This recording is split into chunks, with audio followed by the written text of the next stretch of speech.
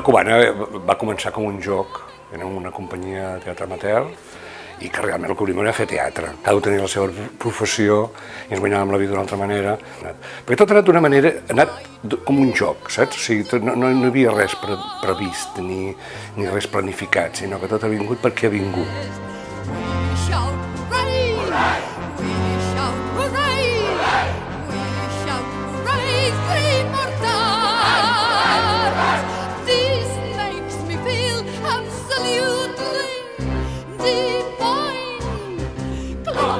A Sitges feu un festival de teatre durant el franquisme i després del franquisme i que nosaltres d'una manera o altra, a veure, estant al poble, hi participàvem i ens alimentàvem de tot això. La Caixa donava uns diners per fer teatre a pobles de menys de 1.000 habitants a Catalunya quan tenia una oficina de la Caixa, en aquelles històries.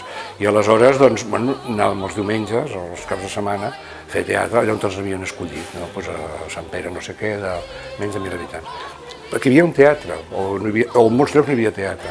I la Vicky i jo, aleshores que pertanyíem a una altra companyia, perquè això sí, passa com que ara ets d'aquests, ara després te'ls baralles, ara vas a mans altes i vas canviant de companyia, ara no m'agrada el que feu, ara ja en tinc prou de fer comedieta, ara vull fer una cosa més sèria, aquest tipus de cosa. I aleshores vam voler vam dir, ostres, fem una cosa diferent, perquè això ara ja l'anterior grup es deia Gall Groc, ja el teníem superat i vam dir, ara farem una cosa que fem al carrer.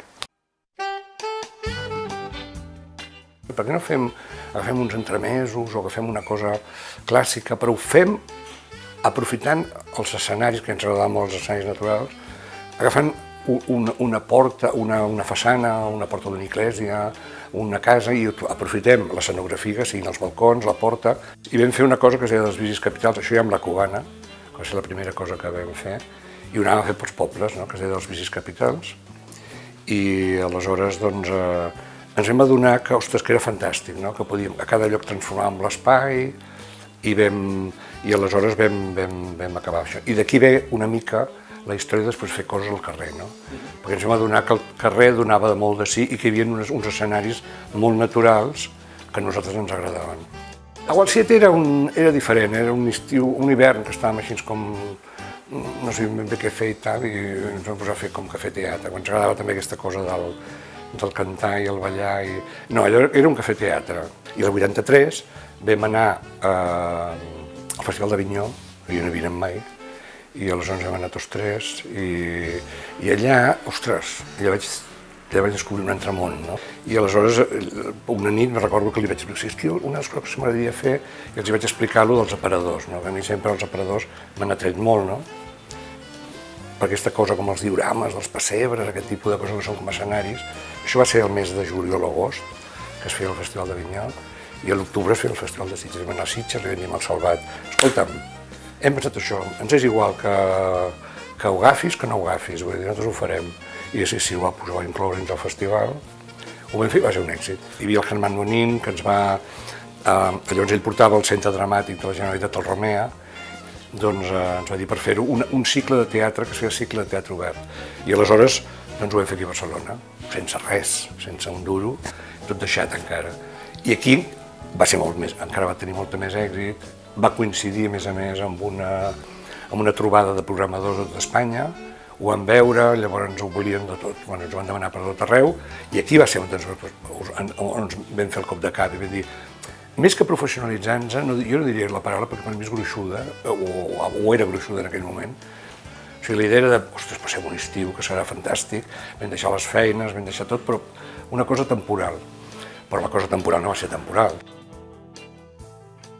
Tota aquella experiència que havíem agafat durant aquells 2 anys i mig, de les Delicatessen, la volíem posar en un teatre. La temporada va tenir èxit, va tenir molt èxit, però per nosaltres va ser un fracàs, perquè tot el que havíem previst, tot el que havíem pensat, com seria, després de tot això se'n van a Norris, perquè realment després quan el públic entrava allà feia el que li donava la gana, Però això ens va servir també per saber conduir el públic, per saber el que havíem de fer, de la tempestat, com l'havíem assajat, a com després va ser, hi havia una mica de diferència.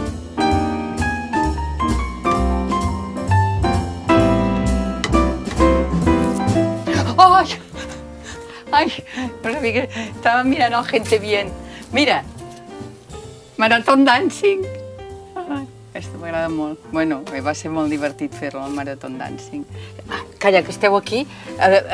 Mira, ajuda'm a baixar aquest, que és de cegada, però m'agrada molt i ara que m'he primat em sembla que em quedarà bé. M'encanta. Aquest o aquest, no sé quin. No, aquest és més la meva talla. M'ajudes? Va, baixa-ho i anirem a xerrar. Vam fer La Tempestat, era una tempestat on començava sempre donant-li la volta, feien veure que era una cosa i després una altra, feien veure que era la tempestat de Shakespeare, que era de veritat, i després al cap d'una estona doncs, allà hi havia un gran fenomen meteorològic i una gota freda inesperada que queia sobre la ciutat, hi havia una gran inundació, plovia de veritat, la gent que sortia a la porta doncs allà plovia, se'n anava la llum, tornava la llum, la gent que entrava amb els actors que estaven per allà infiltrats anaven mullats i xops. Quan fèiem La Tempestat, per exemple, anàvem a buscar les fulles. Anàvem amb la furgoneta i dèiem mira quantes fulles, para. I paràvem i anàvem i recollíem fulles del terra i les posàvem en bosses de plàstic. De vegades havia plogut i estaven molles, llavors les havíem d'estendre i esperar que se sequessin. Ho vam fer a Toulouse, ho vam fer a Lyon, ho vam fer a diversos llocs de França, però a Anglaterra ens van invitar i no, ens van invitar, a més a més, al Lift, que en aquell moment era quan va entrar la Margaret Thatcher i realment els ajuntaments, en lloc de ser un ajuntament únic, va fer diferents ajuntaments de barris i això ens va enganxar a nosaltres. I totes les normatives estaven barrejades, cada un feia el que volia i bueno, ho vam fer el dia de l'estrena, tot venut, tots uns 15 dies, no sé quan estàvem, i després ens ho van prohibir. A més, jo recordo a La Tempestat, que anàvem amb un tràiler, i jo recordo marxar a les 6 del matí de casa i tornar a les 7 del matí de l'altre dia. O sigui, havíem anat, a més, alguna vegada m'havia vingut a buscar el tràiler a casa a les 6 del matí. Imagina't allà al carrer, no? M'agafava, anàvem a Sitges, carregàvem, ens anàvem del bolo, descarregàvem, muntàvem, fèiem la funció, desmuntàvem, carregàvem el tràiler, ens anàvem a Sitges, descarregàvem i em portava a Barcelona. Una bogeria, o sigui, una mica la inspiració del Com el Coco Negro va ser La Tempestat, no? Perquè quan acabàvem de fer aquesta funció que era molt complicada, i aleshores doncs anàvem tots, me'n recordo com pel mig del passadís, carregats, mullats, fets una porqueria i deien bestieses. I aleshores moltes vegades dèiem, mira, ara és quan el públic ara ens hauria de veure. Aquí va ser on la gent ens va començar a descobrir i el públic així a nivell de tota Espanya i tal. Era una mica la nostra història també, nosaltres no fèiem revista, però sí que érem una companyia com aquesta, com de teatre ambulant, que anàvem en furgoneta, que realment muntàvem, desmuntàvem, ho fèiem tot, i ens agradava tot aquest món de la revista que s'estava extingint en aquells moments ja. Això es va fer gràcies a que vam anar al Mercat de les Flors, ens van adelantar 1 milió de pessetes, i amb aquest milió de pessetes, de compte de taquillatge, amb aquest milió de pessetes vam poder comprar el vestuari que el vam comprar amb una vedette que tenia el Parkinson i que s'havia retirat i que aleshores vam poder... es veia Vicky Lusson. I aleshores, doncs, bueno, gràcies a això, doncs, vam poder fer el Coco. El Coco va ser una experiència maca. El Coco va ser el que seria el que fèiem al carrer, d'accions teatrals al carrer. Això sí que seria realment l'essència de l'acció teatral al carrer, fer-la dins d'un teatre, que és el colar com a real una cosa teatral, el colar com a teatre una cosa real, i això és cubana total. I dins d'un teatre això no s'havia fet mai. Ens van dir per fer el Cap d'Any, no? El Cap d'Any, per participar en el Cap d'Any. Benvinguts a aquesta festa de protesta dels empleats. i nosaltres no ho veiem clar. Però ens volíem fer això, no? El jugar amb la mentida de la tele, fer veure que era una cosa, la ficció, la realitat, i aleshores doncs, ens van dir, però nosaltres ho trobaríeu a fer, i vam dir sí. I vam sortir d'aquella reunió, me'n recordo que també cagats. Però ho vam fer. I va ser una de les coses més maques, jo penso, que hem fet. Una festa, fet pels empleats i feta al restaurant, al bar, a les escales aquelles de TV3, a les oficines. L'Oriol Martorell va fer amb la Coral Sant Jordi i la Cavaller que va fer les campanades. Sí, en aquell moment això va ser molt impressionant. Ara, també et dic una cosa, tot TV3 es va volcar amb això, Es va volcar, tothom es va crear allà una pinya per fer allò, va ser fantàstic. El Comana Marathon Dancing era perquè formava part de la trilogia aquesta que nosaltres volíem fer, que havíem separat teatre, dins el teatre, que era el Coco, Cobanades, que era el teatre al carrer, i després teatre de participació a part, que era el Comana Marathon Dancing. Bueno, una mica la inspiració venia del Danzant Malditos, no? De la pel·lícula famosa, no? Que realment aguantar. En realitat, una prova d'una empresa, el que volien era això, no? Si tu aguantes i fas tot, és que estàs preparat per entrar en aquesta empresa, no?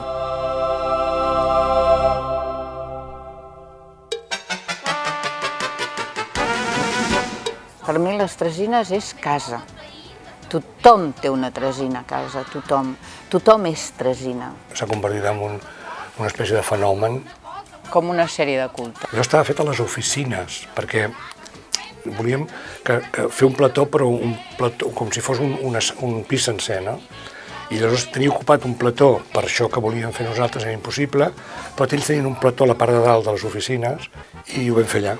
I vam muntar un pis, i allò era un pis sencer. Un pis que tenia un passadís pels voltants, que era per on passaven les càmeres, i jo me'n recordo la primera vegada que vaig entrar, sempre ho explico perquè va ser una sensació terrible.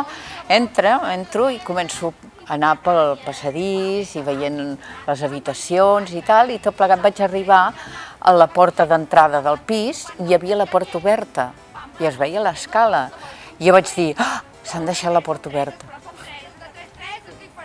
La sensació que tens quan a casa teva et deixes la porta oberta i dius, ai, que a veure si entra algú, no? Els castells planes van fer la perfecció. El terra era tot eren fotocòpies, o sigui, fotocòpies envernissades, vull dir que era una filigrana. Però tota l'utilleria i tot, això s'encarregaven els castells. Necessitava una Mare de Déu. I no en trobava Mare de Déu, no va haver manera, ni antiquaris, no en trobar cap. Mira, jo tenia un maniquí que havia trobat a les escombraries, la sentem en una cadira, li posem un tornillo, posem això, li poso uns braços, fem això, comprem una corona, fem un vestit. Després aquesta Mare de Déu l'hem fet servir molt. No és una cosa que s'hagi acabat en la nostra generació, que agradava a la nostra generació i s'hagi quedat amb la nostra generació, sinó que hi ha descendents, no? I llavors, els descendents de les Tresines cada vegada són més joves i cada vegada, el qual vol dir que és llarga vida. Feia un capítol per setmana i aleshores assajàvem, això estava fet abans, estava assajat abans, però i dins d'aquest pis. I allà ens posàvem allà dintre, ens tancàvem a les 8 del matí i no sortíem fins a les 12 de la nit. I aleshores era provar i després ho gravàvem. I bé, jo hi era, saps? I això és un orgull i és un honor.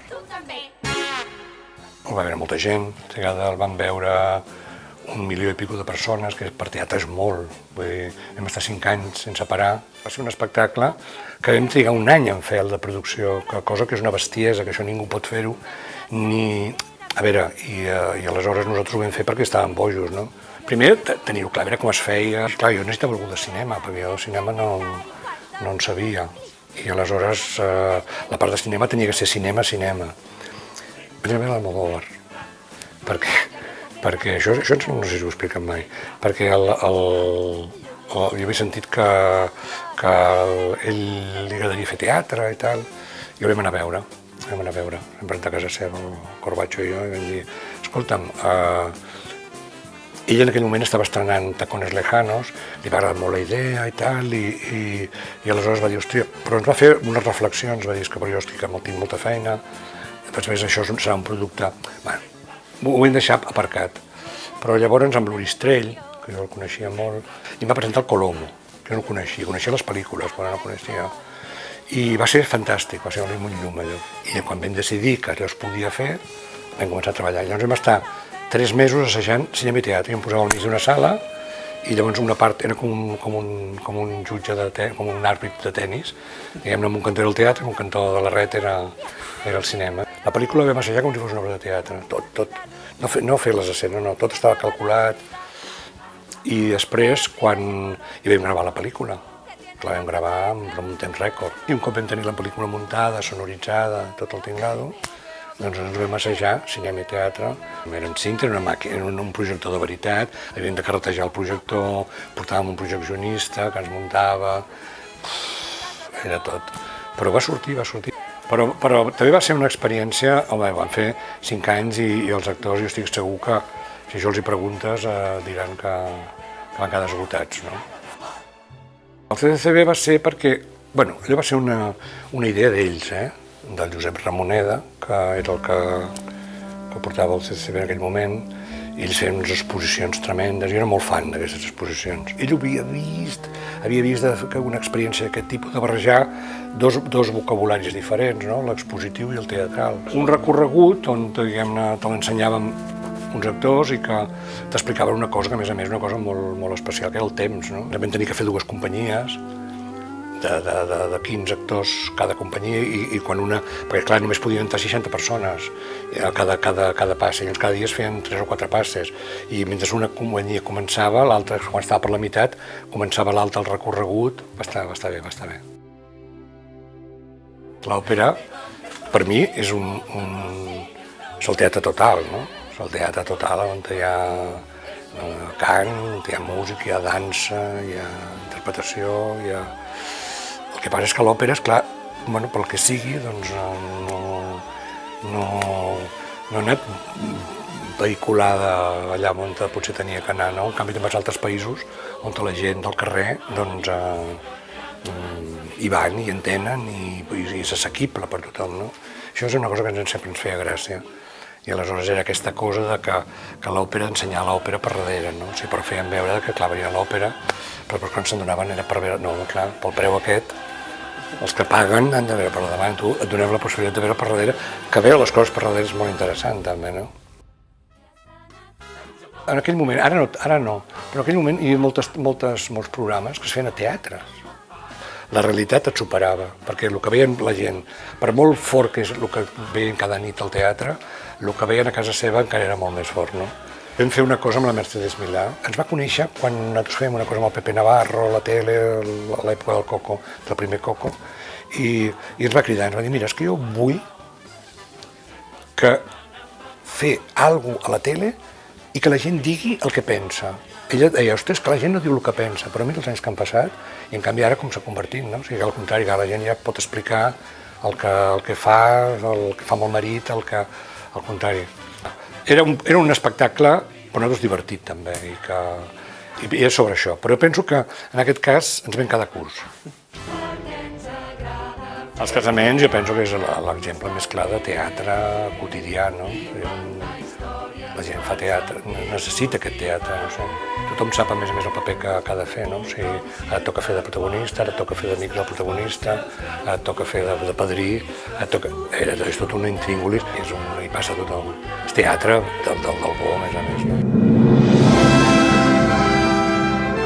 El Jordi t'enreda i t'enreda a fer Gente Bien, i t'hi enreda just, jo encara estava operada del genoll i em va enredar, no? La Cubana és un lloc on sempre pots tornar. Nosaltres sempre dèiem que practiquem, que cantem i ballem, però que sempre practiquem l'art del dissimulo, no? Sempre fem veure, ho disfressem tot i queda dissimulat. Ens agrada molt, I aleshores ens feia molta gràcia de jugar amb aquesta història, que cada cop la Cubana s'havia de dedicar a fer musicals. Jo crec que a la Cubana tothom cantava bé. La Montor cantava molt bé, la Sílvia canta molt bé, però el Jaume i jo tenim aquesta cosa operística, no? Poder cantar òpera i poder fer una mica paròdia del cantar bé. Aparentment podia semblar un musical, que, ostres, començava i deies, calla, potser sí que ho fan un musical de veritat. i després al cap d'una estoneta donaves que allò no podia ser. El Vives és el nostre músic. Nosaltres sempre els creadors són els mateixos, els escenògrafs són els Castells, el músic és el Vives, el dissenyador gràfic és el Raúl Pasquali, sempre són els mateixos des del principi, el vestuari de la Cristina López, sempre actuem amb els mateixos. Però en aquest cas, diguem-ne, el Vives va fer una opereta. Gran Vives. Al Vives li demanes vull samba i ell et posa qualsevol cançó i sembla una samba o el que vulguis. El Vives és un gran teatrero de la música. Li ve fàcil, no? Et posa la lletra en aquell tipus de música i sempre sembla, et porta allà on vols. L'auditori ens va proposar de muntar una cosa que fan amb els nens, que fan amb la banda, fan uns concerts que vam fer el Mambo, que és una cosa que encara la fan, vaja, cada any encara la fan. I aleshores vam dir, bueno, doncs fem un intercanvi, nosaltres us muntem el Mambo i vosaltres ens feu la música, i així ens ho vam fer, va ser molt interessant. Adeu Arturo, que es dirà aquí, és una mica un cant a la vida, no? És un cant al practicar, o sigui, l'aprofitar el temps, no? Un cant al carpe diem, no? Diguem-ne, el viure el minut, viure el moment, deixar-te de punyetes, viu intensament i deixa't estar a l'endemà i el que passarà. La Cubana és una gran escola, de tot, el concepte teatre global. Jo crec que el que ha deixat és un estil nou de teatre. Aconseguir que la gent vegi que pot fer teatre de la mateixa vida i que qualsevol cosa de la vida pot ser teatre. El que és cert és que una companyia com la Cubana està renyida una mica amb tot com funciona el món del teatre actualment. És una companyia típica, una mica, no? Una companyia típica, és una manera de fer teatre típic, una manera artesanal, una manera de fer les coses diferents. Va començar com un joc i acabarà sent un joc. Si nosaltres en aquell moment haguéssim pensat el que després ha sigut, això ens hagués acabat un col·lapse. El que passa és que la tonta hem durat 40 anys. El tonto s'ha durat 40 anys i ha passat tot volant. I hem pogut viure d'una de les coses que ens agrada més, no? Que és fer teatre. No? Si la Cubana hagués nascut ara, jo no sé si la Cubana existiria, vull dir, perquè no ens deixarien fer res. No sé com acabarà la Cubana. Jo penso que mentre hi hagi gent que tingui ganes de fer teatre, la Cubana continuarà. No se sap mai. I tant de bo sempre quedi la porta oberta.